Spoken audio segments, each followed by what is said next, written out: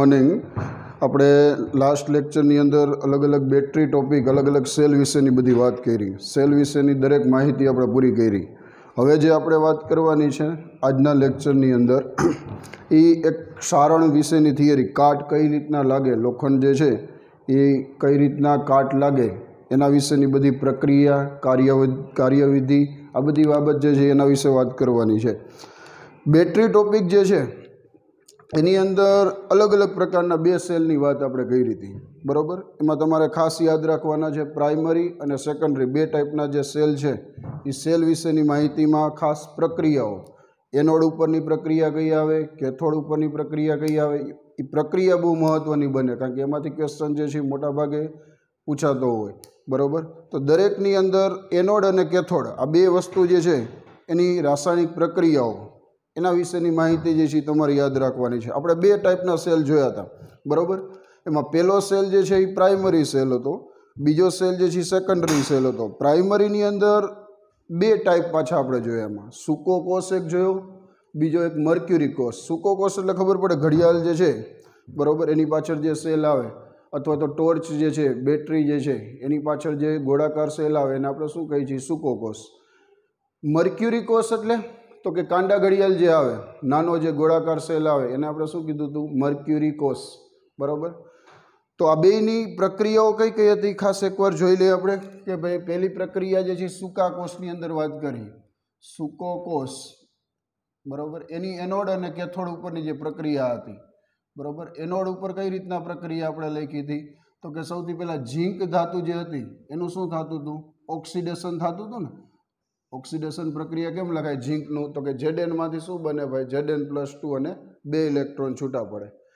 Cathode ઉપરની જો વાત કરી, કેથોડ ઉપર પ્રક્રિયા, તો કેથોડ ઉપર કઈ રીતના રાસાયણિક પ્રક્રિયા થતી હતી? તો કે આપણી પાસે હતું શું? MnO2, manganese dioxide. એમાંથી શું બનાવવાનું છે ભાઈ? તો કે Mn2O3, બરાબર. મેંગેનીઝ જે છે એનો ઓક્સાઇડ બનાવવાનો. પણ કેવી રીતના પ્રક્રિયા લખાય એની વાત કરીએ આપણે. જો સૌથી પહેલાં MnO2 હતું ને, MnO2 આપણી પાસે હતું, એને તમે કોની સાથે? 2 ઇલેક્ટ્રોન સ્વીકારવાના હતા. એટલે થાય શું? તો કે એના માટે જવાબદાર કોણ હતા? તો કે 2NH4+ આયન. અને 2 ઇલેક્ટ્રોન એક્સેપ્ટ કરે એટલે નિપજ શું બને ભાઈ? તો કે નિપજ બને Mn2O3 વત્તા 2 મોલ એમોનિયા અને વત્તા પાણી H2O છૂટું પડે. આવી રીતના કંઈક પ્રક્રિયા હતી, બરાબર. એનોડ અને કેથોડ ઉપરની. પહેલો જે કોષ હતો સૂકો કોષ, એની બે પ્રક્રિયાઓ મેં તમને લખી દીધી. ઝીંક ધાતુ જે છે એનું શું કરવાનું હતું? ઓક્સિડેશન. અહીંયા Mn જે છે એનો ઓક્સિડેશન નંબર 4, અહીંયા Mn જે છે એનો ઓક્સિડેશન નંબર 3, બરાબર. આ બે પ્રક્રિયા ખાસ યાદ રાખવાની છે તમારે. હવે નેક્સ્ટ હજી આગળ વાત કરી, બીજો જે કોષ હતો, બીજા કોષનું નામ હતું મર્ક્યુરી કોષ. મર્ક્યુરી કોષ. તો મર્ક્યુરી કોષમાં કઈ રીતના પ્રક્રિયા હતી? એનોડ ઉપરની પ્રક્રિયાની વાત કરી પહેલાં આપણે. આજે આપણે પહેલાં પ્રક્રિયા વિશેની થોડીક આગલા લેક્ચરની વાત કરી હતી કે આગલા લેક્ચરમાં દરેકમાં કોષની અંદર શું કરવાનું છે? પ્રક્રિયા બહુ મહત્ત્વની બને, પ્રક્રિયા યાદ રાખવાની છે, બરાબર. એનોડ ઉપરની પ્રક્રિયા કઈ રીતના આવે? Zn અને Hg હતું આપણી પાસે. Zn અને Hg શું થતું હતું? 2OH- એની સાથે પ્રક્રિયા કરી શું બનાવે ભાઈ? ZnO બનાવતું હતું, H2O છૂટું પડતું હતું અને કેટલા ઇલેક્ટ્રોન? 2 ઇલેક્ટ્રોન છૂટા પડે. આ વસ્તુ ખબર પડી. ઝીંકમાંથી શું બનાવવાનું છે? ઝીંકનો ઓક્સાઇડ બનાવવાનો છે, એટલે કે ઓક્સિડેશન પ્રક્રિયા થવી જોઈએ. ઝીંકમાંથી ZnO બનાવવાનો છે એટલે ઓક્સિડેશન પ્રક્રિયા થવી જોઈએ. રિડક્શન પ્રક્રિયામાં કેથોડ ઉપર જો વિચાર કરો, મર્ક્યુરીનો ઓક્સાઇડ હતો ને, HgO હતું, 2 ઇલેક્ટ્રોન એક્સેપ્ટ કરવાના છે, પાણી H2O જવાબદાર, બરાબર. શું બનાવવાનું છે? Hg બનાવવાનું, અને બીજું 2OH-. આ રીતના પ્રક્રિયા કંઈક હતી. તો મર્ક્યુરી કોષની એનોડ ઉપરની પ્રક્રિયા, Znમાંથી શું બનાવવાનું છે? ZnO બનાવવાનું છે, બરાબર. HgOમાંથી શું બનાવવાનું છે ભાઈ? Hg બનાવવાનું છે. આ વસ્તુ ખબર પડી ગઈ. તો આ બે કયા ટાઈપના સેલ હતા? તો કે આ બે જે છે એ પ્રાઇમરી સેલ, એટલે કે પ્રાથમિક કોષ વિશેની વાત હતી. પ્રાથમિક કોષમાં આપણે આવી રીતના જે છે એ પ્રક્રિયા લખતા હતા. હજી આગળ વાત કરી સેકન્ડરી સેલ, એટલે કે દ્વિતીયક કોષ. દ્વિતીયક કોષમાં કઈ રીતના પ્રક્રિયા આવે? તો કે દ્વિતીયક કોષમાં આપણે જે જોયા હતા એમાં बीजा टाइपनो जे छे सेकंड टाइप जे हतो द्वितीयक एमां पेलो जे टाइप आवे एमां लेड संग्राहक जोयो हतो लेड संग्राहक कोष बराबर लेड संग्राहक कोष में एनोड अने केथोड उपरनी प्रक्रियानी वात करी एनोड उपर कई रीतना प्रक्रिया थाय अने केथोड उपर कई रीतना प्रक्रिया थाय तो एनोड उपर शुं हतुं आपणी पासे लेडनी प्लेट हती ने पीबीनी प्लेट अहींया लखवानुं एनोड उपर शुं हतुं जोवो जोईए आवी रीतना प्रक्रिया हती पीबी वधता SO4-2 निपज शुं बनती थी PbSO4 वत्ता 2 इलेक्ट्रॉन छूटा पड़ता था लेड मांथी शुं बनाववानुं छे लेड सल्फेट बनाववानुं छे एनोड उपरनी प्रक्रियामां आ वस्तु खबर पड़ी गई भाई बधाने बराबर लेड मांथी लेड सल्फेट एटले के PbSO4 केथोड उपर खास ध्यान राखवानुं केथोड उपर रिडक्शन प्रक्रिया करवानी छे रिडक्शन कई रीतना थाय भाई तो कि केथोड उपरनी प्रक्रियानी जो वात करो तो आवी रीतना कंईक प्रक्रिया हती जो पेली आपणी पासे हतुं शुं PbO2 वधता शुं लखाय SO4-2 प्रक्रिया में भाग ले ने H2SO4 नो 38% वाळुं W/W वाळुं द्रावण बराबर तो SO4-2 वधता लखीश 2 इलेक्ट्रॉन हवे तमे जो अहींया -2 अने -2 -4 वीजभार थई गयो केटलो थई गयो -4 तो हवे तमारे अहींया केटला H+ लखवा पड़े भाई 4 H+ लखवा पड़े ने केटला H+ लखवा पड़े 4 निपज शुं बनाववानी निपज तो सेम ज छे PbSO4 अने 2 मोल H2O આવી રીતના કંઈક પ્રક્રિયા હતી બરાબર આ શેની મેં વાત કરતી હતી ભાઈ લેડ સંગ્રાહક કોષ દ્વિતીય કોષ કે જેની અંદર એનોડ ઉપર ઓક્સિડેશન કહેવાય ને જોવો જોઈએ તમે આની અંદર લેડનો ઓક્સિડેશન નંબર 0 અહીંયા કેટલો લખાય +2 અહીંયા લેડ જે છે એનું રિડક્શન થાય છે કારણ કે ખબર પડી જાય અહીંયા કેટલો છે લેડનો ઓક્સિડેશન નંબર 4 અહીંયા તમે જોઈ શકો કેટલો થાય છે 2 રેડી હાલો बीजो हजी लेड संग्राहक कोष पछी हजी एक कोष आपणे जोयो तो एनुं नाम हतुं शुं निकल केडमियम संग्राहक कोष निकल केडमियम संग्राहक कोष आनी वात करीए आपणे आमां एनोड अने केथोड उपरनी प्रक्रिया पहेला एनोड उपरनी वात करीए आपणे एनोड उपर कई प्रक्रिया थाय केडमियमनुं ऑक्सिडेशन CD वधता 2OH- निपज बनावता था CdO वत्ता H2O वत्ता 2 इलेक्ट्रॉन केडमियम जे छे एनुं ऑक्सिडेशन करवानुं हतुं ने केडमियम छे एनुं शुं करता हता आपणे एमां ऑक्सिडेशन CD मांथी CdO बनाव्युं એટલે હવે ખબર પડી જવી જોઈએ ને શું ખબર પડે કે CD માં CD નો ઓક્સિડેશન નંબર કેટલો 0 કારણ કે કોઈ પણ ધાતુનો ઓક્સિડેશન નંબર હંમેશા માટે કેટલો લેવામાં આવે 0 લેવામાં આવે CdO કેડમિયમ ઓક્સાઇડ तो केडमियम ऑक्साइड अंदर तमे जोई शको केटलो ऑक्सिडेशन नंबर थाय ऑक्सिजन नो -2 तो केडमियम नो केटलो थावो जोईए +2 थावो जोईए 0 मांथी +2 0 मांथी +2 एटले केटलो लखाय तो एनो मतलब एवो थयो के 2 नो वधारो એટલે ऑक्सिडेशन प्रक्रिया कहेवाय आना माटे प्रक्रिया कई लखशुं 0 मांथी केटलो थाय छे +2 એટલે ऑक्सिडेशन केथोड उपरनी प्रक्रिया केथोड उपर शुं हतुं निकल ट्राइहाइड्रोक्साइड बराबर 2 इलेक्ट्रॉन एक्सेप्ट करे हूँ निपज बने निकल डाइहाइड्रोक्साइड એટલે OH2 होय अने वत्ता 2OH- छूटा पड़े आमां बेलेन्स करो એટલે 2 वडे गुणता था आने 2 वडे गुणता था आणि टोटल प्रक्रिया पण तमे लखी शको बराबर निकल ट्राइहाइड्रोक्साइड मांथी निकल डाइहाइड्रोक्साइड बनाववानुं आ थई गई रिडक्शन प्रक्रिया तो दरेकमां खबर पड़ी जाय ने भाई कि भाई आनी अंदर ऑक्सिडेशन रिडक्शन कई रीतना लखी शकाय बराबर ऑक्सिडेशन प्रक्रिया एटले के भाई ऑक्सिडेशन नंबर में शुं थतो होय वधारो तमारे खास करीने दरेकनी अंदर प्रक्रिया याद राखवानी छे एनोड केथोडनी प्रक्रिया बहु महत्वनी बने आमां चार्जिंग प्रक्रिया पहेला 2 कोषमां नहोती थती आमांय नहोती थती आमांय नहोती थती आ बेमां चार्जिंग थई शके आ बे प्रक्रिया जे छे एमां चार्जिंग थई शके आ बे रहे एमां आ बेनी अंदर चार्जिंग जे छे न थई शके आ बे प्रक्रियानी अंदर चार्जिंग शक्य नथी आनी अंदर ए चार्जिंग न थई शके चार्जिंग शक्य नथी आमां लखवानुं चार्जिंग शक्य नथी आमां लखवानुं चार्जिंग थई शके बराबर आ वस्तु कहेवानी आमां चार्जिंग थई शके એટલે કે એની ઓપોઝિટ પ્રક્રિયા લખો ચાર્જિંગ પ્રક્રિયા લખતા આવડી જવી જોઈએ બધાયમાં કેવી રીતના ચાર્જિંગ થાય આવડી જાય ચાર્જિંગ કેવી રીતના લખવાનું ભાઈ બધાએ? તો કે ભાઈ એનોડ ઉપરની પ્રક્રિયા લખવી છે, માની લો તો કેથોડ ઉપરની ઓપોઝિટ પ્રક્રિયા લખશો તમે. કેથોડ ઉપરની પ્રક્રિયા લખવી હોય તો એનોડ ઉપરની ઓપોઝિટ પ્રક્રિયા લખશો. તો દરેક સેલની તમને મેં પ્રક્રિયાઓ યાદ કરાવી દીધી પહેલાં તો, કે દરેક સેલમાં એનોડ ઉપરની કેથોડ ઉપરની પ્રક્રિયા બહુ મહત્ત્વની બને.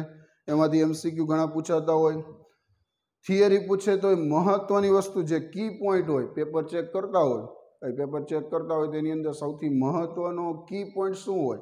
તો કે સૌથી પહેલાં મહત્ત્વની વસ્તુ પ્રક્રિયા જો હોય. પ્રક્રિયા તમને આવડતી હોય તો આ બધી વસ્તુ તમે સરળતાથી જે છે થિયરી પણ લખી શકો. કારણ કે આપને ખબર પડે કે ભાઈ ઝીંકનું ઓક્સિડેશન સમજાવવાનું છે, તો આપને ખબર એની અંદર વર્ણન સ્વરૂપમાં તમે લખી શકો કે ઝીંક ધાતુનું નળાકાર પાત્ર જે છે એનું ઓક્સિડેશન થઈ Zn+2 આયન બને છે અને કેટલા ઇલેક્ટ્રોન છૂટા પડે છે? 2 ઇલેક્ટ્રોન છૂટા પડે છે. આવી રીતના તમે લખી શકો.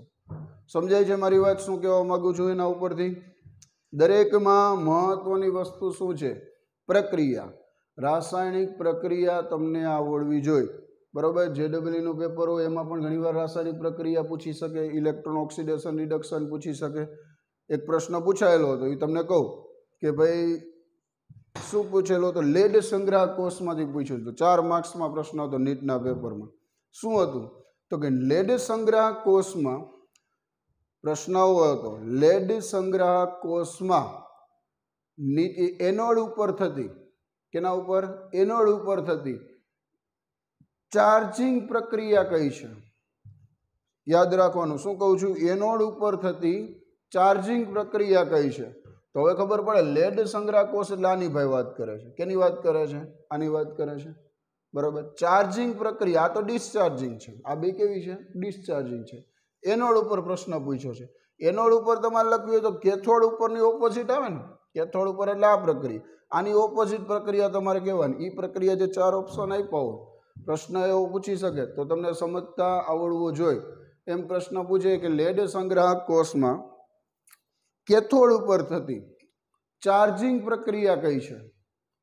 તો ખબર પડી જાય. એનોડ ઉપરની ઊંધી આવશે ને ચાર્જિંગ પ્રક્રિયા.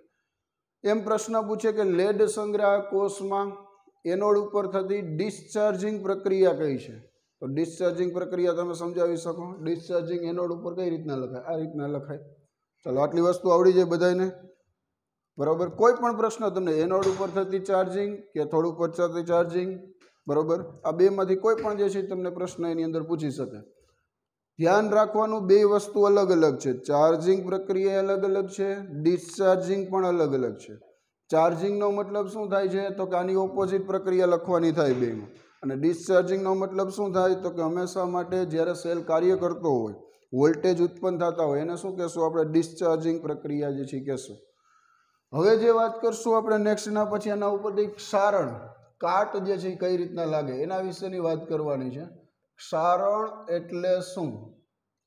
બરાબર. અને એને અટકાવવાના અલગ અલગ ઉપાયો. અટકાવવાના ઉપાયો કયા કયા જે છે એ દર્શાવી શકાય. ક્ષારણની થિયરી, ક્ષારણ કોને કહેવાય, અને એને અટકાવવા માટે કયા કયા ઉપાયો હતો, તો કયા કયા રસ્તા જે છે અપનાવી શકાય, એના વિશેની થોડીક વાત કરવાની છે. જો ક્ષારણનો મતલબ સિમ્પલ પહેલાં છે શું? તો કે કાટ લાગવાની પ્રક્રિયા છે. લોખંડની સપાટી ઉપર જે કાટ લાગે, એ કાટ લાગવાની જે પ્રક્રિયા છે એને આપણે શું કહીએ છીએ? તો કે એને ક્ષારણની ઘટના કહેવાય. હવે કઈ રીતના લાગે એના વિશેની વાત કરવાની છે. જો સૌથી પહેલી વસ્તુ આપને ખબર છે કે કાટ, તમે એમ કહો કે ભાઈ લોખંડની સપાટી ઉપર કાટ લાગતો હોય, અથવા તો ચાંદી જે છે એના ઉપર કાટ લાગે, બરાબર, એનો ચળકાટ ઝાંખો પડી જાય. તાંબા અને પિત્તળના વાસણ જે છે એમાં તમે માની લો કાટ લાગતો હોય, લીલા કલરનો ક્ષાર જોવા મળે. આ બધી ઘટના જે છે શું છે? તો કે ભાઈ જે છે એ કાટ લાગવાની પ્રક્રિયા છે. તો કઈ રીતના લાગે એના માટે જવાબદાર કોણ છે એના વિશેની વાત કરશું. તો કહેવાનું કે ભાઈ ક્ષારણ એટલે કે ભાઈ લોખંડની સપાટી પર કાટ, બરાબર. બીજી વસ્તુ એમ કહેવાનું કે ચાંદી જે છે અથવા તો સોનું, ચાંદી જે છે એની સપાટી પર કાટ લાગે, થાય શું? તો કે એનો ચળકાટ જે છે ઝાંખો પડે. તાંબા પિત્તળના વાસણોની વાત કરી શકો, બરાબર. કેવી રીતના હોય હવે કાટ લાગે? એના માટે જવાબદાર તો મુખ્ય ધાતુ પરમાણુ. કોણ જવાબદાર છે ભાઈ? તો કે મુખ્ય ધાતુ. જે કાંઈ લોખંડની સપાટી હોય તો લોખંડની સપાટી ઉપર કોણ? તો કે Fe પરમાણુ જવાબદાર હશે. અને બીજો પરમાણુ, બીજો કયો ભાઈ? તો કે હવામાનનો ઓક્સિજન પરમાણુ. કયો? ઓક્સિજન પરમાણુ. કે એ બે વચ્ચે પ્રક્રિયા થઈને ધાતુનો ઓક્સાઇડ બનાવી દે. શું બનાવી દે ભાઈ?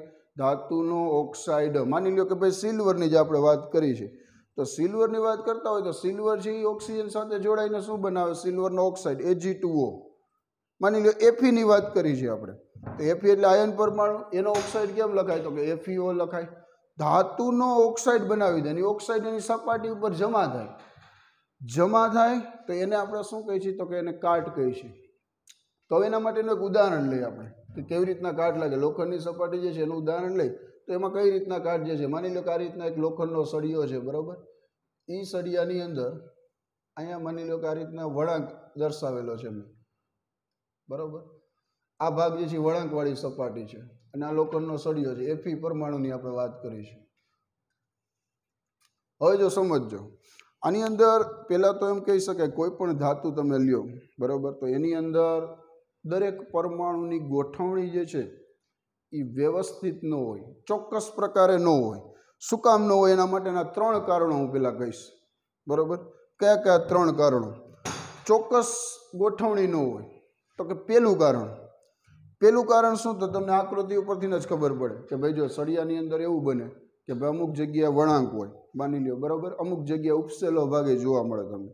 એવું તો ન હોય કે સીધો સળિયો જે છે એ સ્ટ્રેટ લાઇનમાં જ હોય, બરાબર. ક્યાંક થોડોક વળાંક હોય, થોડાક ઉપસેલો ભાગ હોય, તો અહીંયા પરમાણુની ગોઠવણી જે છે ને એ અવ્યવસ્થિત થઈ જાય. કેવી થઈ જાય?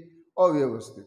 બીજી વસ્તુ કહું કે માની લો કે ભાઈ સળિયો છે, એની અંદર કોઈ પણ ભાઈના પરમાણુની ગોઠવણીમાં ક્ષતિયુક્ત રચના હોય, એની જે સ્ફટિક રચના હોય, બરાબર. એ સ્ફટિક રચનામાં ક્ષતિ આવેલી, ક્ષતિ એટલે ખામી આવેલી. હવે એ તમારે પહેલા ચેપ્ટરમાં આવે 12થમાં કે ભાઈ કયા કયા પ્રકારની ક્ષતિ હોય. 2 પ્રકારની મુખ્ય હોય. કઈ? એક ફ્રેન્કલ ક્ષતિ આવે અને એક જે છે એ ક્ષતિયુક્ત એટલે શોર્ટકી ક્ષતિયુક્ત. શોર્ટકી ક્ષતિ અને ફ્રેન્કલ આ 2 ટાઈપ છે. એમાં ખાસ કરીને ધન આયન ને ઋણ આયન, આ 2 આયનને આધારે જે છે એની ક્ષતિ આવેલી હોય. એ પહેલા ચેપ્ટરમાં તમારે આવશે, પણ તમારે એટલું યાદ રાખવાનું કે ભાઈ એની અંદર પરમાણુની ગોઠવણી વ્યવસ્થિત ન થાય. શું કામ ન થાય? તો કે ક્ષતિયુક્ત રચનાઓ હોય, બરાબર. ઘણી બધા પ્રકાર આવે. મુખ્ય 2 મેં તમને કીધા. એના સિવાયની તમે એમ કહો કે ભાઈ ધાતુ વધારો હોઈ શકે, ધાતુનું પ્રમાણ વધારે હોય તો એને ધાતુ વધારો ક્ષતિ કહેવાય. ધાતુનું પ્રમાણ ઓછું હોય એટલે ધાતુ ઉણપ બોલાય. શું બોલાય? ઉણપ. ઉણપ એટલે ઓછું, બરાબર. ધાતુ ઉણપ ક્ષતિ હોય, બરાબર. આવી 2 પ્રકારની મુખ્ય 2 અત્યારે યાદ રાખશો. એક શોર્ટકી ક્ષતિ હોય અને એક ફ્રેન્કલ ક્ષતિ હોય, બરાબર. તો અહીંયા એક પરમાણુની ગોઠવણી વ્યવસ્થિત ન થાય.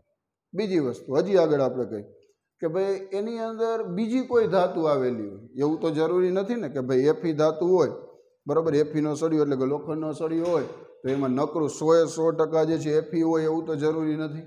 એની અંદર માની લો કોપર ધાતુની અશુદ્ધિ હોય, બરાબર. ઝીંક ધાતુની અશુદ્ધિ હોય કે બીજી કોઈ પણ અન્ય સિલ્વરની અશુદ્ધિ હોય. આવી બીજી કોઈ ધાતુની અશુદ્ધિ માની લો આવેલી હોય તો અહીંયા ગોઠવણી વ્યવસ્થિત ન થાય ને. કારણ કે આપણને ખબર પડે કે ભાઈ ચોક્કસ પ્રકારની ગોઠવણી એટલે 100% Fe હોવો જોઈએ, આયન જ હોવું જોઈએ. પણ એવું તો જરૂર એમાં બીજી અશુદ્ધિ આવેલી છે અને બીજી અશુદ્ધિના નામ મેં તમને કીધા. કોપરની હોય તો કોપર પરમાણુ વચમાં આવી જાય. તો અહીંયા આપણે એમ કહી શકું કે આની અંદર 3 બાબતો બહુ મહત્વની. પહેલી બાબત, એક તો લોખંડના સળિયામાં વળાંક હોય અથવા ઉપસેલો ભાગ હોય, અહીંયા પરમાણુની ગોઠવણી વ્યવસ્થિત ન થાય. અહીંયા શું કહેવાનું? પરમાણુની ગોઠવણી વ્યવસ્થિત ન હોય, વ્યવસ્થિત ન થાય. એક બાબત એવી છે. નંબર 2, બીજા નંબરની બાબત શું મેં કીધી? તો કે ભાઈ એની અંદર ક્ષતિયુક્ત રચના હોય. એની જે સ્ફટિક રચના હોય ને એ સ્ફટિક રચનામાં ક્ષતિયુક્ત જે છે રચના હોય. અહીંયા લખશું આપણે સ્ફટિક રચનામાં શું આવેલું હોય? ક્ષતિ આવેલી હોય તો અહીંયા પરમાણુની ગોઠવણી વ્યવસ્થિત ન થાય. એમાં 2 ટાઈપ મેં તમને કીધા અત્યારે. એક કીધું શોર્ટકી ક્ષતિ અને બીજું નામ કીધું ફ્રેન્કલ ક્ષતિ. 2 ટાઈપની ક્ષતિ વિશેની વાત કરી. અને હજી એક બાબત મેં તમને કીધી, બીજી કોઈ ધાતુ વચમાં આવી જાય, બરાબર. ગોઠવણી તમે લેવા જાઓ, માની લો આવી રીતના આયન પરમાણુ છે, આ બધા આયન પરમાણુ આવી રીતના તમે ડ્રો કરો તો એની અંદર એવું જરૂરી નથી કે બધા આયન જ હોય, बराबर। आ मानी लो परमाणु में गोठो आ बधा Fe छे, हालो आ Fe छे, आ Fe छे, आ Fe छे, पण अहींया मानी लो कोपर आवी गयुं, अहींया मानी लो कोपर आवी गयुं, बराबर। अहींया Fe छे, अहींया Fe छे, वचमां कोई पण कोपर अन्य धातु आवी जाय तो एनी बंधारणमां एटले के एनो मतलब एवो थाय के एना परमाणुनी गोठवणीमां अव्यवस्था थई जाय, बराबर। तो अहींया लखवानुं अन्य कोई धातुनी, बीजी कोई धातुनी, अहींया लखशुं आपणे अन्य कोई धातुनी अशुद्धि आवी जाय, अशुद्धि आवेली होय तो शुं थाय, तो एनी अंदर परमाणुनी गोठवणी एटले के अव्यवस्था जोवा मळे, अव्यवस्था जोवा मळे, बराबर। आ त्रण बाबतो याद राखशो। कई कई त्रण बाबतो जे छे आवी रीतना होय तो एना परमाणुनी गोठवणीमां शुं थाय, अव्यवस्था जोवा मळे। हवे थाय शुं तो के आनी अंदर मानी लो के आ भाग छे, आपणे अत्यारे आ भागनी वात करशुं। आ भाग जे छे अहींया शुं छे तो के अहींया वळांक आवेलो छे, वळांक आवेलो छे એટલે Fe परमाणु जे छे ई वळांकवाળી सपाटी रही ने, वळांकवाળી सपाटी ई शुं करशे भाई तो के ई जे छे ने सक्रिय सपाटी तरीके काम करशे। शुं करशे? सक्रिय सपाटी तरीके। सक्रिय सपाटीनो मतलब शुं थाय भाई तो के ई पोते जे छे ई रासायणिक प्रक्रिया अनुभवशे, रासायणिक प्रक्रिया झड़पथी प्रक्रिया अनुभवी शुं बनावशे तो के ई जे छे आयन बनावी देशे, એટલે કે એનો मतलब એવો થાય કે ઇલેક્ટ્રોન ગુમાવશે। કોણ ગુમાવશે તો કે આવી જે સક્રિય સપાટી હોય જ્યાં સ્ફટિક રચનામાં પરમાણુની ગોઠવણી વ્યવસ્થિત ન હોય, બરાબર, એ જગ્યાએથી ઇલેક્ટ્રોન ગુમાવવાની શરૂઆત થશે। શું થશે? ઇલેક્ટ્રોન ગુમાવશે અને એ સપાટીને શું કહેશું આપણે તો કે સક્રિય સપાટી, એક્ટિવ સરફેસ કહેશું। तो हवे अहींया मानी लो Fe छे ई शुं करशे? इलेक्ट्रॉन અહીંથી ગુમાવશે, ગુમાવશે એટલે આવું બનશે ને ભાઈ, Fe+2 બનશે અને કેટલા ઇલેક્ટ્રોન છૂટા પડશે તો કે 2 ઇલેક્ટ્રોન છૂટા પડશે। આ વસ્તુ ખબર પડી? આવી જે સક્રિય સપાટી હોય એ ઇલેક્ટ્રોન ગુમાવી શું બનાવશે તો કે એ આયન બનાવશે, ધાતુ આયન, અને ઇલેક્ટ્રોન જે છે એ છૂટા પડશે। તો અહીંયા આપણે હવે પછીનો જે પોઈન્ટ છે એવો લખશું કે જે જગ્યાએ પરમાણુની ગોઠવણી અવ્યવસ્થિત હોય, જે સ્થાન પર પરમાણુની ગોઠવણી કેવી હોય? અવ્યવસ્થિત, અવ્યવસ્થિત હોય, આવી સપાટી શેના તરીકે કામ કરે છે તો કે ઈ સક્રિય સપાટી, આ બહુ મહત્વનો શબ્દ છે, સક્રિય સપાટી, एक्टिव सरफेस। आ घणी वार जे छे आ ध्यान राखवानुं, सक्रिय सपाटी तरीके कार्य करे, तरीके वर्ते। परिणामे शुं थाय तो के परिणामे इलेक्ट्रॉन गुमावीने आवी प्रक्रिया थशे। एनोड उपरनी प्रक्रिया तमे ल्यो એટલે આમ લખાય Fe માંથી Fe+2 આયન બને અને 2 ઇલેક્ટ્રોન છૂટા પડે, આવી રીતના કંઈક પ્રક્રિયા જે છે લખાય। આ કઈ પ્રક્રિયા લખશું? ઓક્સિડેશન, અને શું લખશું? ઓક્સિડેશન કહેવાય। હવે જો બહુ મહત્વની વસ્તુ આગળ આપણે લઈએ કે આની અંદર આ 2 ઇલેક્ટ્રોન જે છૂટા પડ્યા એ ઇલેક્ટ્રોન ક્યાં જશે તો કે સળિયાની અંદર વહન પામશે। ક્યાં જશે? સળિયાની અંદર એક જગ્યાએથી બીજી જગ્યાએ જે છે વહન પામશે। અહીંયા માની લો 2 ઇલેક્ટ્રોન છૂટા પડ્યા તો અહીંયા આપણે દર્શાવી દઈએ 2 ઇલેક્ટ્રોન, અહીંયા લખશું 2 ઇલેક્ટ્રોન, આ Feના 2 ઇલેક્ટ્રોન શું થશે? સળિયામાં વહન પામશે। વહન પામી કઈ જગ્યાએ જાય તો કે એવી જગ્યાએ જાય, ઇલેક્ટ્રોનનો વીજભાર તમને ખબર છે, ઇલેક્ટ્રોન ભાઈ છે એ કેવો વીજભાર ધરાવે તો કે ઇલેક્ટ્રોન છે એ ઋણ વીજભાર ધરાવે। ઋણ વીજભાર ધરાવે એટલે શું થશે તો કે એ વહન પામી એવી જગ્યાએ પહોંચે કે જ્યાં શું હોય તો કે ધન આયન આવેલો હોય। શું આવેલું હોવું જોઈએ ભાઈ? ધન આયન। એટલે આપને ખબર છે કે ભાઈ ઇલેક્ટ્રોન કેવો વીજભાર ધરાવે? ઋણ વીજભાર। હવે એની પાસે એક જ ઓપ્શન રહ્યો, એ શું કરશે? ધન વીજભાર પાસે જશે। તો અહીંયા એમ લખવાનું કે કેથોડ ઉપર એવી જગ્યાએ પહોંચે ઇલેક્ટ્રોન કે જ્યાં ઓક્સિજન પરમાણુ છે ને હવામાનો એ રિડક્શન પ્રક્રિયા અનુભવતો હોય। અહીંયા આપણે એક પોઈન્ટ એવો લખશું, આ ઇલેક્ટ્રોન સળિયામાં વહન પામી ક્યાં પહોંચશે તો કે જે જગ્યા, જે સ્થાન પર હવામાનો ઓક્સિજન પરમાણુ શું અનુભવતો હોય? રિડક્શન પ્રક્રિયા અનુભવતો હોય, રિડક્શન પ્રક્રિયા અનુભવે એ સ્થાન ઉપર જે છે ઓક્સિજન જે છે એ પરમાણુ પાસે ઇલેક્ટ્રોન પહોંચે। ઇલેક્ટ્રોન પહોંચીને શું કરશે તો કે અહીંયા પોતે રિડક્શન પ્રક્રિયા અનુભવશે. પોતે શું કરશે? રિડક્શન પ્રક્રિયા અનુભવશે. કેવી રીતના લખાય? હવે એની પ્રક્રિયાની વાત કરી દઈએ આપણે ભાઈ. પ્રક્રિયા લખાય કેવી રીતના એ બહુ મહત્વની વસ્તુ. કેથોડ ઉપરની પ્રક્રિયા, કેથોડ ઉપર હું લખું છું આવી રીતના લખાય. જો 1O2 વત્તા અહીંયા લખું છું 2H+ વધતા કરીને 2 ઇલેક્ટ્રોન નિપજ બનાવું છું H2O. આવી રીતના મેં પ્રક્રિયા લખી. ઘણી બધી રેફરન્સ બુક તમે જોશો ને અલગ અલગ, એમાં એવું જરૂરી નથી કે આ જ રીતના પ્રક્રિયા લખેલી હોય. બરાબર, ટેક્સ્ટ બુકની અંદર તમને આ રીતના લખી છે. અમુક રેફરન્સ બુકમાં તમને આવી પ્રક્રિયા જોવા મળે. કેવી પ્રક્રિયા? જો આની અંદર આમ લખી અથવા કરીને હજી લખી દો એક. અહીંયા માની લો O2 લખ્યું હોય, બરાબર, O2 પછી અહીંયા 4H+ લખી નાખ્યા હોય, અહીંયા લખ્યા હોય 4 ઇલેક્ટ્રોન લખી નાખ્યા હોય, અને અહીંયા 2 મોલ H2O લખ્યા હોય, તોય ચાલે, કોઈ ખોટું ન પડે. એમાં મૂંઝાવાનું નહીં. શું કામ ભાઈ? કારણ કે આપણે શું થાય કે આની અંદર તમે જો ઓક્સિજન જે છે એ આખું 1O2 જગ્યાએ મારે O2 લખવું છે તો લખી શકો. તો ઇલેક્ટ્રોન 4 કરી નાખો, અહીંયા 2 Fe લઈ નાખો, અહીંયા બગડો કરી નાખો, અહીંયા 2 કરી નાખો, અહીંયા 4 ઇલેક્ટ્રોન છૂટા પડશે. બરાબર, પણ મહત્વની વસ્તુ એ કે જે જગ્યાએ એનોડ ઉપર જેટલા ઇલેક્ટ્રોન ભાઈ તમે છૂટા પડ્યા હોય ને એ ઇલેક્ટ્રોન જે છે કેથોડ ઉપર લખવાની. એવું નહીં કરવાનું કે ભાઈ એકમાં એનોડ ઉપર 2 છૂટા પડ્યા, કેથોડ ઉપર 4 પડ્યા, એમ નહીં. શું કરવાનું? બે જગ્યાએ સરખા જ રાખવાના. તમે એક જગ્યાએ 2 રાખો, એક જગ્યાએ 4 રાખો, એમ ન ચાલે, તો તમારું ખોટું પડે. બરાબર, કાં તમે બે જગ્યાએ 4 રાખો અને કાં બે જગ્યાએ 2 રાખો તો ચાલે. 4 રાખો બે જગ્યાએ તોય ખોટું ન પડે, બે જગ્યાએ 2 ઇલેક્ટ્રોન રાખો તોય ખોટું ન પડે. પણ અલગ અલગ નહીં રાખવાના. કારણ કે આપણને ખબર હોય કે જેટલા ઇલેક્ટ્રોન એનોડ ઉપર છૂટા પડે એટલા ઇલેક્ટ્રોન સામે કેથોડ ઉપર એક્સેપ્ટ થવા જોઈએ, તો જ એને રાસાયણિક પ્રક્રિયા કહેવાય, તો જ રેડોક્સ પ્રક્રિયામાં સમાવેશ થાય. બરાબર, તો તમે આવી રીતના લખી શકો. કાં તમે 2 ઇલેક્ટ્રોન વાળી પ્રક્રિયા આમ લખી શકો તોય ચાલે, અથવા તમે આમ લખી શકો. બેમાંથી એક તમે લખી શકાય. તો હવે પ્રશ્ન એમ થાય કે સાહેબ હાલો આ તો સમજાઈ ગયું ભાઈ કે 1O2 તો ઓક્સિજન હવાની અંદર હોય વાતાવરણમાં, એ તો ખબર પડી જાય. પણ આ 2 ઇલેક્ટ્રોનને ખબર પડી જાય કે આ 2 ઇલેક્ટ્રોન ક્યાંથી આવ્યા, એ ખબર પડે કે ભાઈ એનોડ ઉપર છૂટા પડ્યા એટલે એ 2 ઇલેક્ટ્રોન આવી ગયા. પણ પ્રશ્ન તમને એમ થાય કે સાહેબ આ તમે કેમ લખી નાખ્યું? આ 2H+ ક્યાંથી લખી નાખ્યા? એની વાત કરીએ આપણે.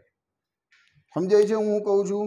આ તો તમને ખબર પડે કે ભાઈ 2 ઇલેક્ટ્રોન છૂટા પડ્યા, એ તમે લખ્યા. વાતાવરણની અંદર ઓક્સિજન આવેલો હોય, બરાબર, એ તમે લખ્યો 1O2, એ બરોબર.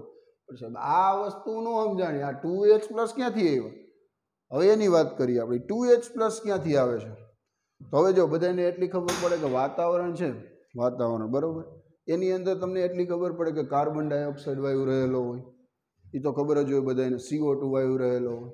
બીજી વસ્તુ, વાતાવરણમાં તમને ખબર પડે ભેજનું પ્રમાણ હોય, ભેજનું પ્રમાણ હોય ને, H2O જે છે પાણી, એનું પ્રમાણ હોય.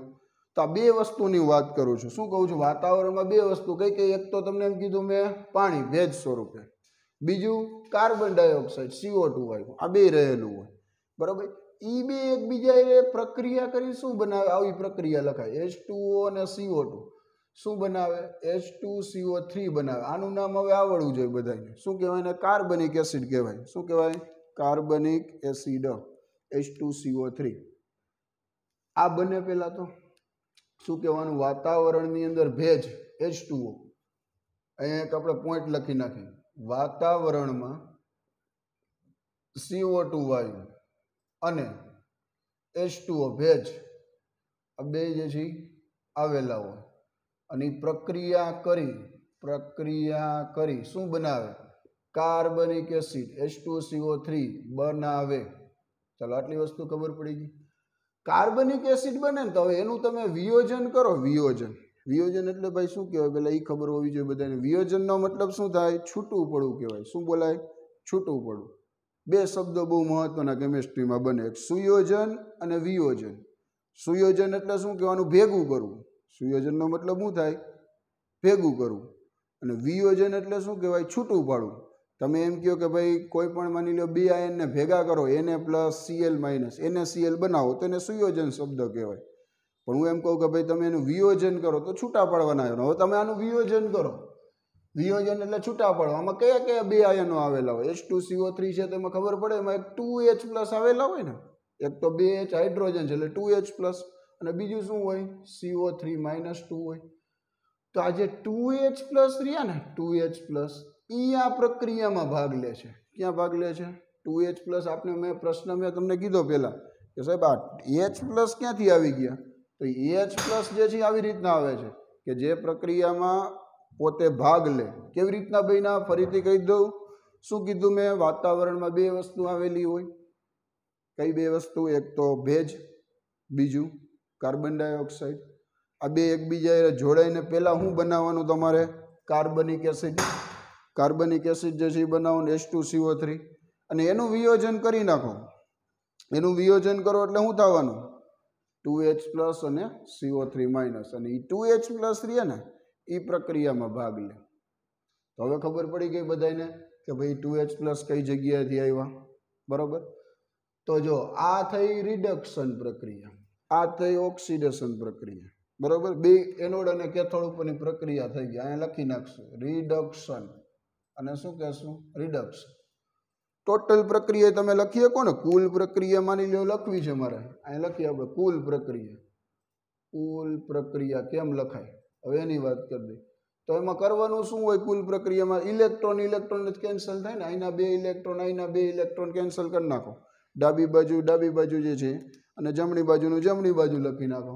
તો હવે જો ટોટલ પ્રક્રિયા કેવી થઈ? તો કે એક Fe વધે ડાબી બાજુ, બીજું 1/2O2 વધ્યું, બીજું શું વધ્યું? 2H+ વધ્યા. આ 2H+ લખ્યા. બરોબર. જમણી બાજુ શું વધ્યું? જોવો જોઈએ. જમણી બાજુ પાણી વધ્યું અને Fe+2 આયન વધ્યો. એક Fe+2 વધ્યું અને એક પાણી H2O વધ્યું. આવી ટોટલ પ્રક્રિયા થાય. આ ખબર પડી ગઈ કુલ પ્રક્રિયા કેવી રીતના લખાય. બરોબર. તો હવે તમને અંદાજ આવી જવો જોઈએ કે કુલ પ્રક્રિયામાં Feમાંથી Fe+2 બન્યું, આમાંથી આ બન્યું છે અને આમાંથી રિડક્શન થઈ શું બન્યું? પાણી બન્યું. તો ટોટલ પ્રક્રિયા તમે લખી નાખી. હજી આગળ થોડીક વાત કરી. હજી આગળ શું કહી શકાય? હવે એની વાત કરી કે ભાઈ આમાં એવું બને કે Fe+2 જે આયન બની ગયા એ Fe+2 આયન હજી આગળ તમે જોવા જાઓ ને Fe+2 આયન જે શું કરશે? હજી આગળ ઓક્સિડેશન પ્રક્રિયા થશે અને ઓક્સિડેશન પ્રક્રિયા થઈને શું બનાવશે? Fe+3માં રૂપાંતર થશે. શેમાં રૂપાંતર થશે ભાઈ? Fe+3માં. હવે તમને એટલી ખબર પડે કે ભાઈ Fe+2 એટલે શું બોલાય? ફેરસ બોલાય. શું બોલાય? Fe+2 એટલે ફેરસ અને Fe+3 એટલે શું બોલાય? ફેરિક. તો વર્ણનમાં એવું લખી શકો ને તમે કે આગળ ફેરસ આયનનું શેમાં રૂપાંતર થાય છે? ફેરિક આયનમાં રૂપાંતર થાય છે. બરોબર. ઓક્સિડેશન પ્રક્રિયા જ કહેવાય ને. +2 માંથી +3 થાઓ એટલે કઈ પ્રક્રિયા કહી શકો તમે? ઓક્સિડેશન પ્રક્રિયા કહી શકો. આમ લખું કે ભાઈ Fe+2 હોય એમાંથી Fe+3 બને તો કઈ પ્રક્રિયા થઈ? ઓક્સિડેશન જ થઈ ને. શું કામ? કે જો આમાં ખબર પડી જાય ઓક્સિડેશન નંબર કેટલો? 2. આમાં ઓક્સિડેશન નંબર કેટલો? 3. બરાબર. તો 2 માંથી કેટલો થયો? 3 થયો. 1નો વધારો થયો ને. 1નો વધારો થયો. 2 માંથી 1 વધ્યો, 3 થયો.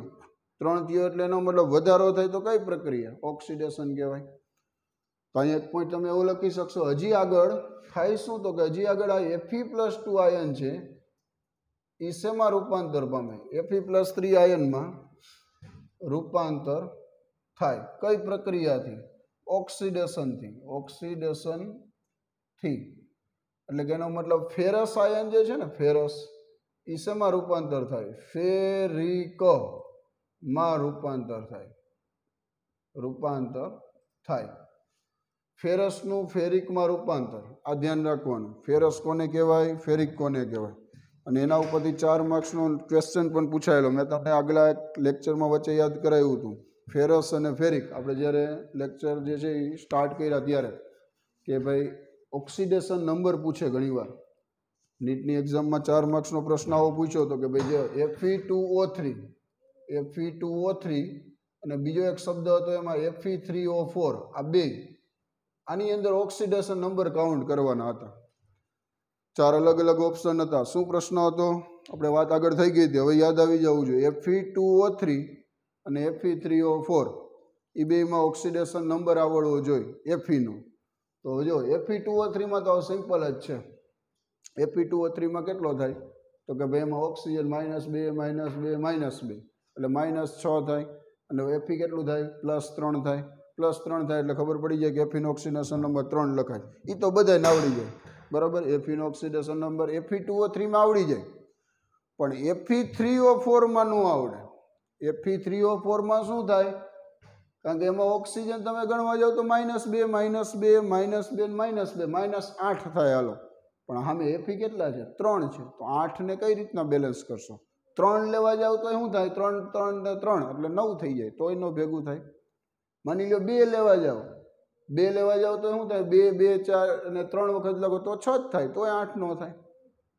તો ધ્યાન રાખવાનું એને Fe3O4 જ્યારે આવે ને Fe3O4 ત્યારે એમાં શું મેં તમને કીધું હતું કે એમાં 2 રહ્યા ને 2 એ Fe+3 હોય અને 1 રહ્યો ને Fe+2 હોય. એટલે હવે ખબર પડી જાય 8 થાય. જો 2 Fe+3 એટલે કેટલા થાય 6 અને 1 Fe+2 એટલે 2 6 ને 2 8 થઈ ગયો. આ વસ્તુ ખબર પડી જવી છે. અને હવે આગળ જે છે Fe+2 નું Fe+3 માં રૂપાંતર થઈ શું બનાવશે તો કે ભાઈ એનો ઓક્સાઇડ.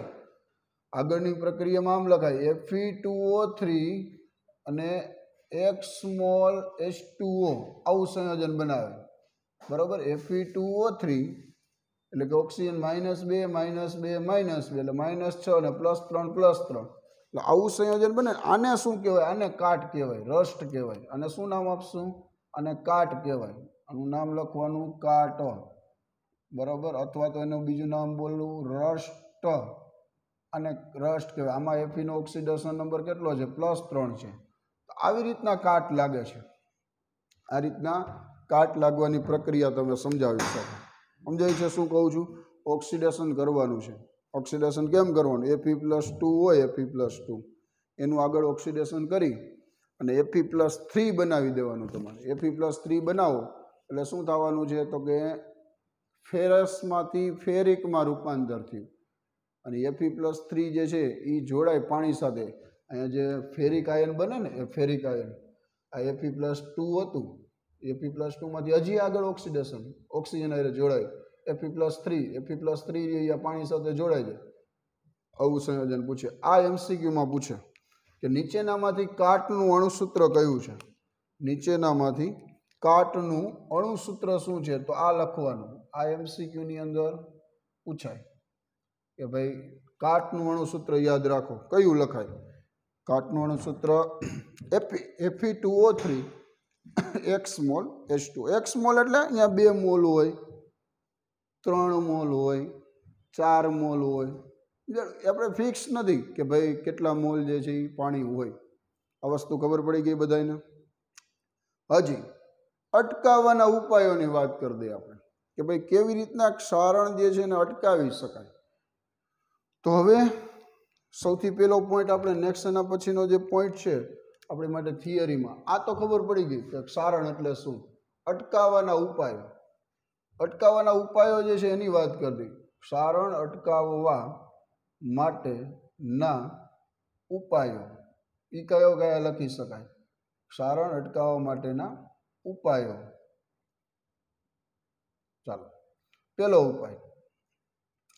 પહેલું શું કરશું આપણે તો કે ભાઈ ક્ષારણ જે છે એને આપણે સિમ્પલ થિયરી ઉપરથી તમને ખબર પડી જાય કે ભાઈ એને હવાના સંપર્કમાં ન આવવા દેવી જોઈએ. કોઈ પણ ધાતુ હોય એ ધાતુને હવાના સંપર્કમાં ન આવે ને તો ઓક્સિડેશન ન થાય. એટલે સંપર્કમાં ન આવવા દેવી જોઈએ. પહેલો સિમ્પલ સાદો ઉપાય આ રીતના છે.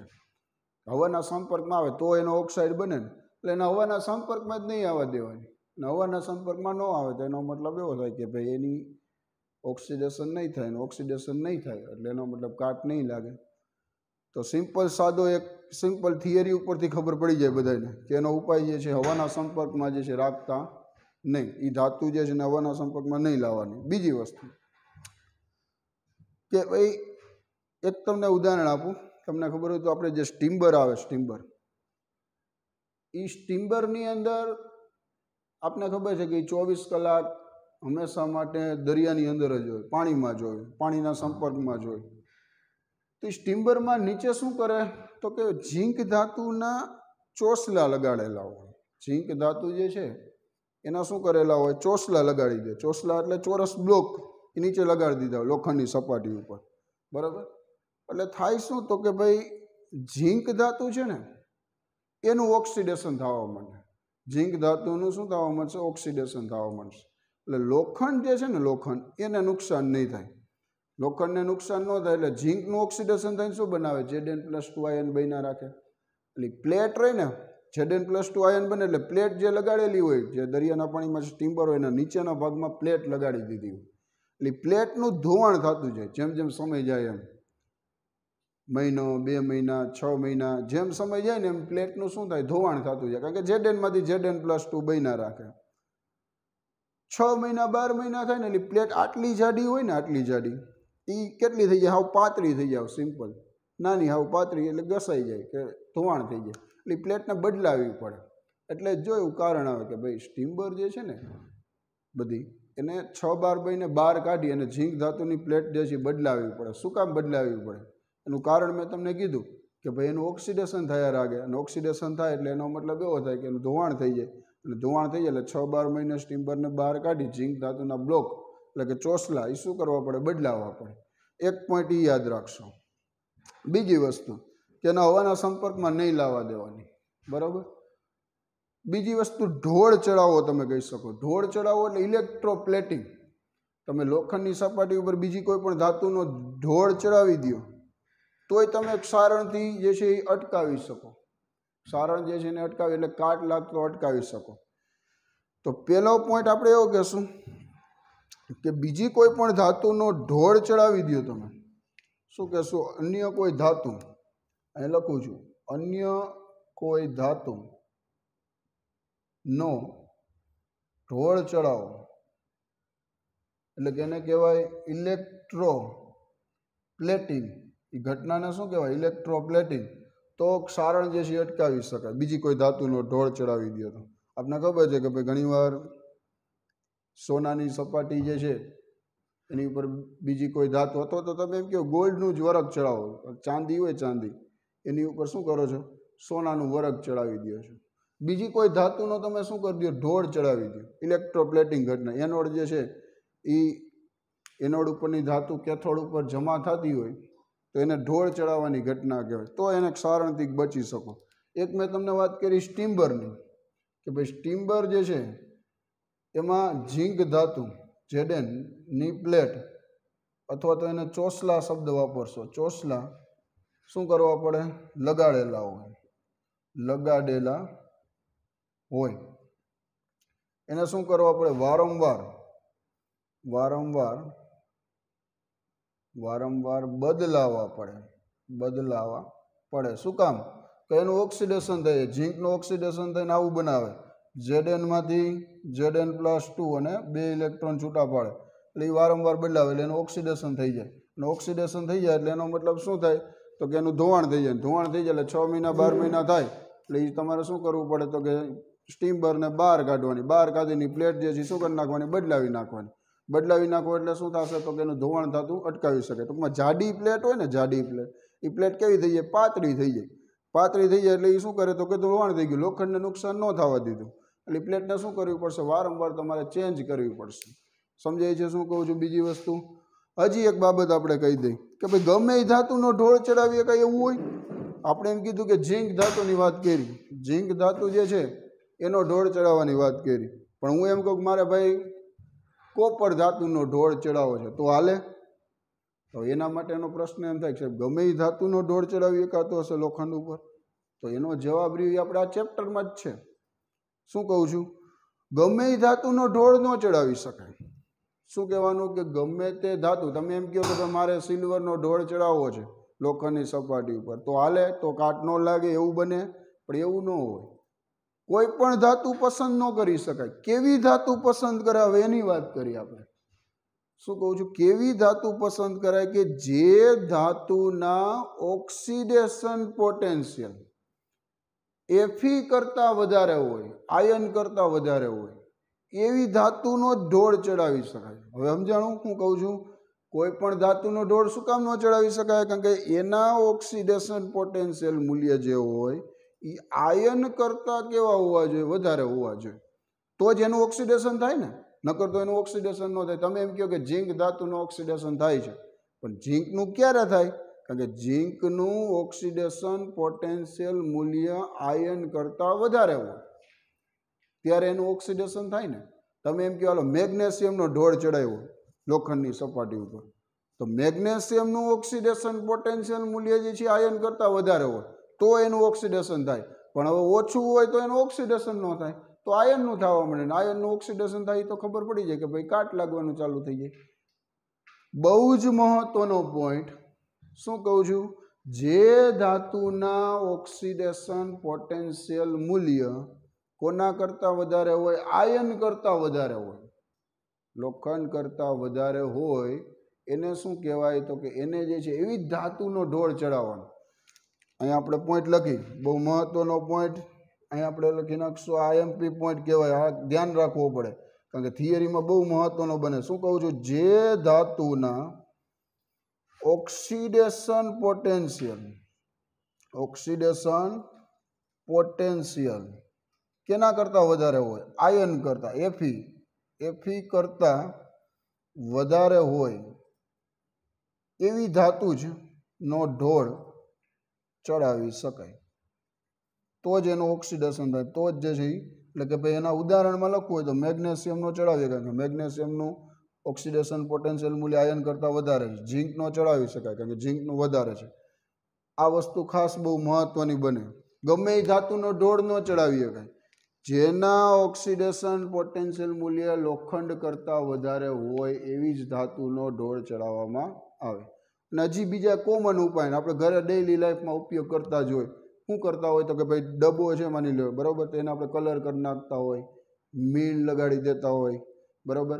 અથવા તો એને એમ કહી શકો કે તમે એ જે સપાટી રહી એને વાતાવરણના સંપર્કમાં ન આવે એવી ટ્રાય કરતા હોય, બરાબર. અમુક એવા પદાર્થો આવે કે જે તમે કેમિકલ અંદર એડ કરી દો તો શું થાય તો કે કાટ લાગવાનું બંધ થઈ જાય.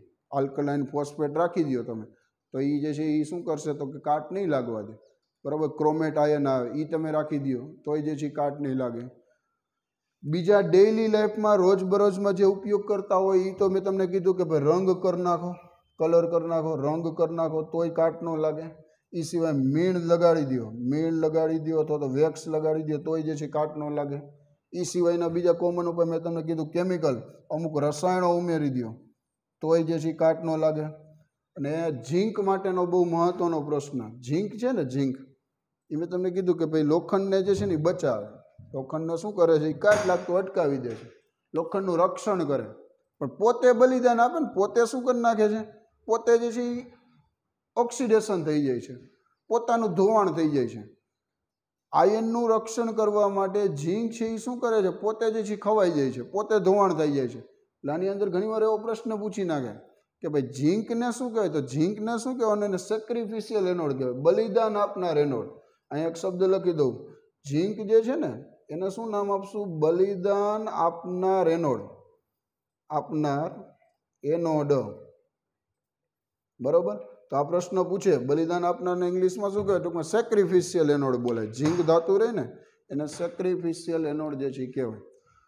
તો હવે બધી વસ્તુ ખબર પડી કે કેવી રીતના અટકાવી શકાય. પહેલાં તો લાગે કઈ રીતના, કાટ જે છે ને કઈ રીતના લાગે એ, અને એને અટકાવવા માટેના અલગ અલગ ઉપાય એ ખાસ કરીને ખબર હોવી જોઈએ, બરાબર.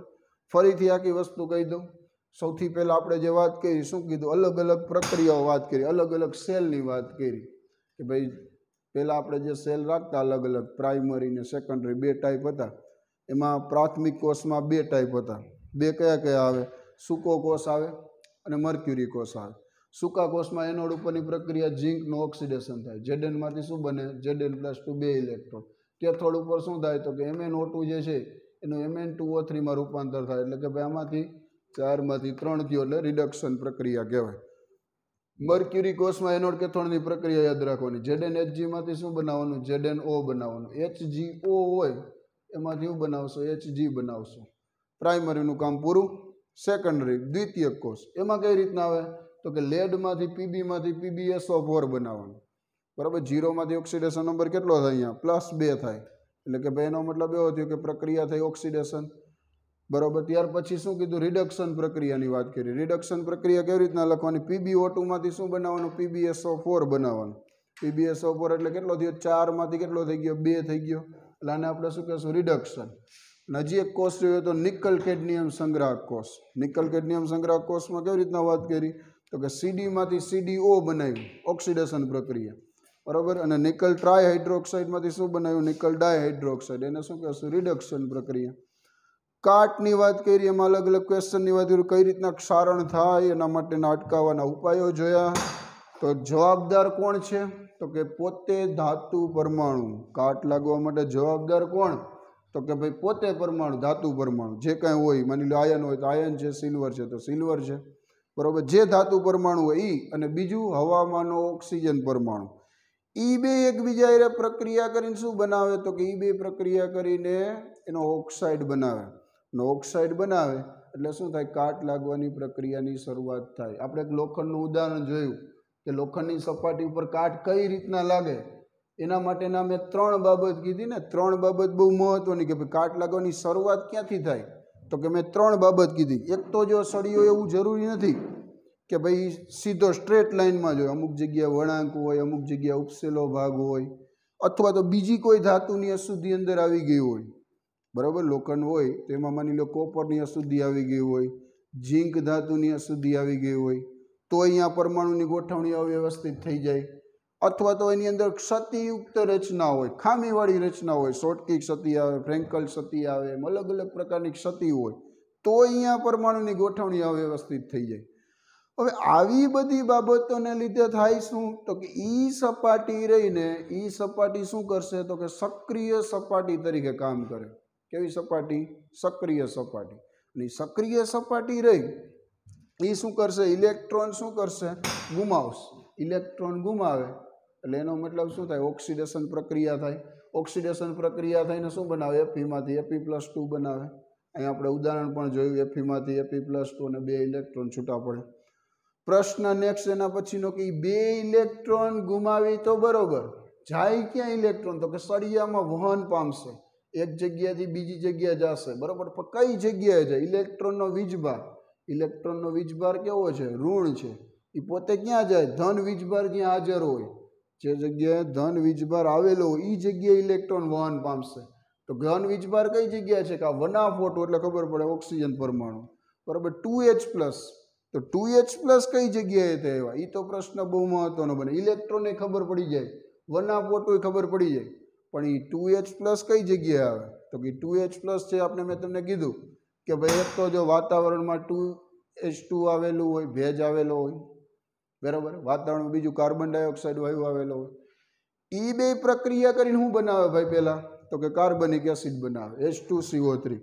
અને કાર્બનિક એસિડનું વિયોજન થાય, વિયોજન છૂટું પડું તો શું બનાવે? 2H+ અને CO3- બને. બરાબર. અને 2H+ અહીંયા પ્રક્રિયામાં ભાગ લે. હજી આગળ તમે કહી શકો કે Fe+2 રહ્યું એ શું બનશે? Fe+3માં રૂપાંતર થશે. એટલે ઓક્સિડેશન બોલે ને, +2 નું +3માં રૂપાંતર થયું એટલે ઓક્સિડેશન પ્રક્રિયા. વધ્યો નંબર. અને Fe+3 જે છે પાણી સાથે જોડાય, Fe2O3 x H2O કાટ બનાવશે. એનું અણુસૂત્ર, રસનું અણુસૂત્ર ઘણી બધી વાર એક્ઝામમાં પૂછાયેલું 1 માર્ક્સમાં કે ભાઈ નીચેનામાંથી કાટનું અણુસૂત્ર કયું છે? તો લખવાનું Fe2O3 x H2O. કઈ રીતના થાય પ્રક્રિયા એની મેં વાત કરી દીધી. નેક્સ્ટ હજી આગળ થોડીક વાત કરી કે ભાઈ એની અંદર અટકાવવા માટેના કયા કયા ઉપાયો તમે લઈ શકો. કે ભાઈ કાટ ન લગાડવો હોય, બરાબર, એને અટકાવવો હોય તો કયા કયા ઉપાયો સમજાવી શકાય? તો કે સિમ્પલ એક ઉદાહરણ તો થિયરી ઉપરથી ખબર પડી જાય કે ભાઈ એક તો ધાતુને એના હવાના સંપર્કમાં ન આવવા દેવી પડે, વાતાવરણના સંપર્કમાં નહીં લઈ આવવાની, તો તમે કાટ લાગતો અટકાવી શકો. બીજી વસ્તુ તમે ભણી ગયા છો શું? તો કે ભાઈ ઇલેક્ટ્રોપ્લેટિંગ, ઢોળ ચડાવવાની વાત આવે. ઢોળ ચડાવવો જે છે એટલે એનો મતલબ બીજી કોઈ ધાતુનો તમે ઢોળ ચડાવી શકો લોખંડની સપાટી ઉપર, તો કાટ લાગતો અટકાવી શકાય. બરાબર. ઢોળ ચડાવવાની બાબત ઇલેક્ટ્રોપ્લેટિંગ, તમે વિદ્યુત વિભાજન શબ્દ આપણે ભણી ગયા. બરાબર. કે એની અંદર અન્ય કોઈ ધાતુ, માની લો ઝીંક ધાતુનો ઢોળ ચડાવી દો લોખંડની સપાટી ઉપર, તો એને કાટ લાગતો અટકાવી શકાય. અને મેગ્નેશિયમ ધાતુનો, તોય તમે એમ કહી શકો કાટ લાગતો અટકાવી શકાય. કોઈ પણ ધાતુનો ઢોળ ન ચડાવાય, એ ખાસ ધ્યાન રાખવાનું છે એની અંદર. જે ધાતુના ઓક્સિડેશન પોટેન્શિયલ મૂલ્ય કોના કરતાં વધારે હોવા જોઈએ? Fe કરતાં, તો જ એને જે છે એ ઇલેક્ટ્રોપ્લેટિંગમાં સમાવેશ કરી શકાય. કોઈ પણ ધાતુ તમે યુઝ કરી અને ઇલેક્ટ્રોપ્લેટિંગ કરી નાખો, ઢોળ ચડાવી દે એમ નહીં. ઓક્સિડેશન પોટેન્શિયલ મૂલ્ય ખાસ ખબર હોવી જોઈએ. ઓક્સિડેશન પોટેન્શિયલ મૂલ્ય ઝીંક કરતાં વધારે હોવું જોઈએ, તો જ એનું ઓક્સિડેશન થાય, તો જ જે છે એ ધોવાણ થાય ને તો જ જે છે લોખંડને કાટ લાગતો અટકાવી શકાય. અને એના સિવાય બીજી એક વાત કરી સ્ટીમ્બરની. સ્ટીમ્બર જે છે એમાં તમને ખબર પડે કે 6-12 મહિના થાય તો સ્ટીમ્બરને બહાર કાઢવી પડે, પ્લેટ બદલાવવી પડે. શું કામ બદલાવવી પડે? તો કે ભાઈ એની અંદર ઝીંકનું ધોવાણ થઈ જાય. પ્લેટ તમે શરૂઆતમાં ચોસલા સ્વરૂપે જાડી પ્લેટ લગાડેલી હોય તો એ પ્લેટને શું કરવી પડે? તો કે પાતળી થઈ જાય, ધોવાણ થઈ જાય, એટલે બદલાવવી પડે 6-12 મહિને. એટલે સ્ટીમ્બરને દરિયામાંથી એમ કહેવાનું કે 6 થી 12 મહિને એકવાર બહાર કાઢી અને એ પ્લેટને શું કરવામાં આવે? તો કે ચેન્જ કરવામાં આવે. એનું કારણ શું? તો કે એનું કારણ ક્ષારણ, બીજું કાંઈ જ નહીં. કાટ લાગી જાય, લોખંડનું ધોવાણ થઈ જાય, એટલા માટે એ પ્લેટને શું કરવી પડે? ચેન્જ કરવી પડે.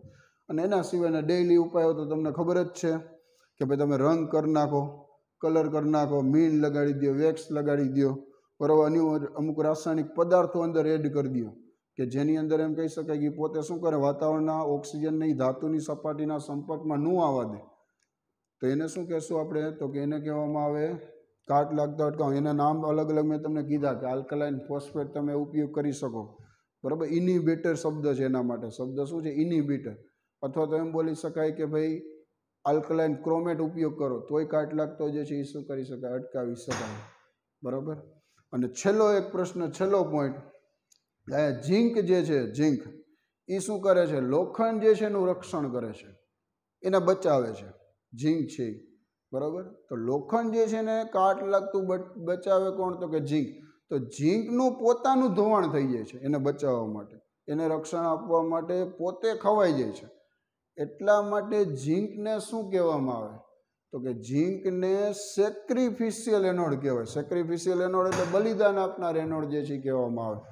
તો ક્ષારણ વિશેની બધી માહિતી આપણે જોઈ લીધી, બરાબર. કઈ રીતના લાગે છે એના વિશેના અલગ અલગ ઉપાયો જોઈ લીધા. અહીંયા ચેપ્ટરની અંદર જે છેલ્લો પોઈન્ટ જે હતો એ આપણે અહીંયા જે છે આજે આપણે લીધો. હવે આપણે જે નેક્સ્ટ લેક્ચર લેશું એની અંદર આપણે જે વચ્ચેનો ભાગ જે છે કે ભાઈ દ્રાવણો જે છે એમાં કઈ રીતના મોલર વાહકતામાં ચેન્જીસ થાય, વાહકતા કયા પ્રકારની હોય, બરાબર. 3 પ્રકારનું પદાર્થોનું વર્ગીકરણ, આ બધી બાબત જે છે નેક્સ્ટ લેક્ચરમાં લેશું કે ભાઈ 3 અલગ અલગ સુવાહક પદાર્થો હોય, અવાહક પદાર્થો હોય, અર્ધવાહક હોય, એ કઈ રીતના જે છે એની અંદર વર્ગીકરણ કરવામાં આવે, વિદ્યુત પ્રવાહ કઈ રીતના પસાર થાય, બરાબર. મોલર વાહકતા એક શબ્દ આવે છે વચ્ચે, એની બધી વાત આપણે નેક્સ્ટ લેક્ચરમાં જે છે લેશું. ચલો, બાય બાય.